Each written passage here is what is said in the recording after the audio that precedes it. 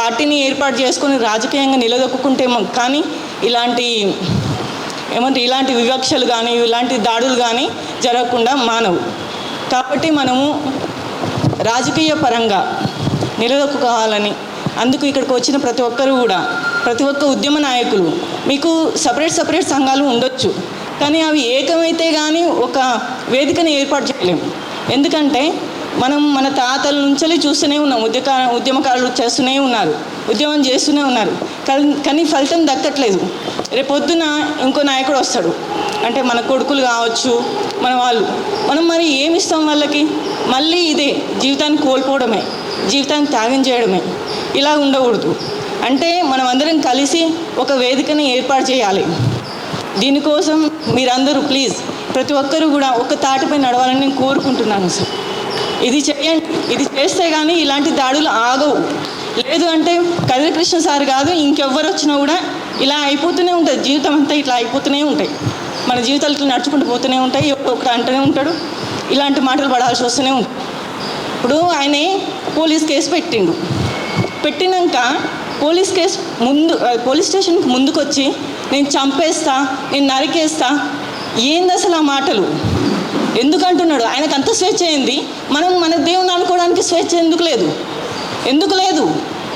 మన నాయకుడిని మన కోసం అసలు ప్రతి క్షణం నేను చూసిన సార్, ఏంది పూల మీటింగ్కి తన దగ్గర డబ్బులు లేకపోతే కారు నైట్ అమ్మేసి పొద్దున మీటింగ్ పెట్టిండు. ఎవరు చేస్తారు సార్ ఇట్లా? ఎంతమంది నాయకులు బలి కావాలి ఇట్లా? చెప్పండి మీరే, ఎంతమందిని బలి చేద్దాం?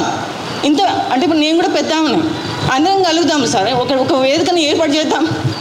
మేము రెడీగా ఉన్నాం బహుజన సేన తరపు నుంచి, మీరు రండి, కలుపుకొని పోదాం. ఇంకా మన వాళ్ళు ఇట్లా ఏమంటారు, దాడులకి భయపడి దాడులకి ఎంతమంది బలి? ఇది నాకైతే ఏం అర్థమైతే లేదు అసలు. మొన్నటి నుంచి కూడా వాడు ఎవడు అసలు, వాడు ఎక్కడున్నాడు, ఎక్కడి నుంచి వచ్చిండు? ఇప్పుడు 30-40 సంవత్సరాలు ఉంటాయనికి. ఇన్ని రోజులు ధర్మం ఎక్కడ పోయింది ఆయనది? ఈరోజు ఎందుకు వచ్చింది ఆయనకి ధర్మం గుర్తు? ఎందుకు? ఆయన కోసం మన మీద దాడి చేస్తూ, మనల్ని కించపరుస్తూ, మన వాళ్ళతోని మనల్ని తిట్టిపిస్తూ, ఇది ఎక్కడి న్యాయము? ఏంది ప్రజాస్వామ్యము? ఎక్కడున్నాం అసలు?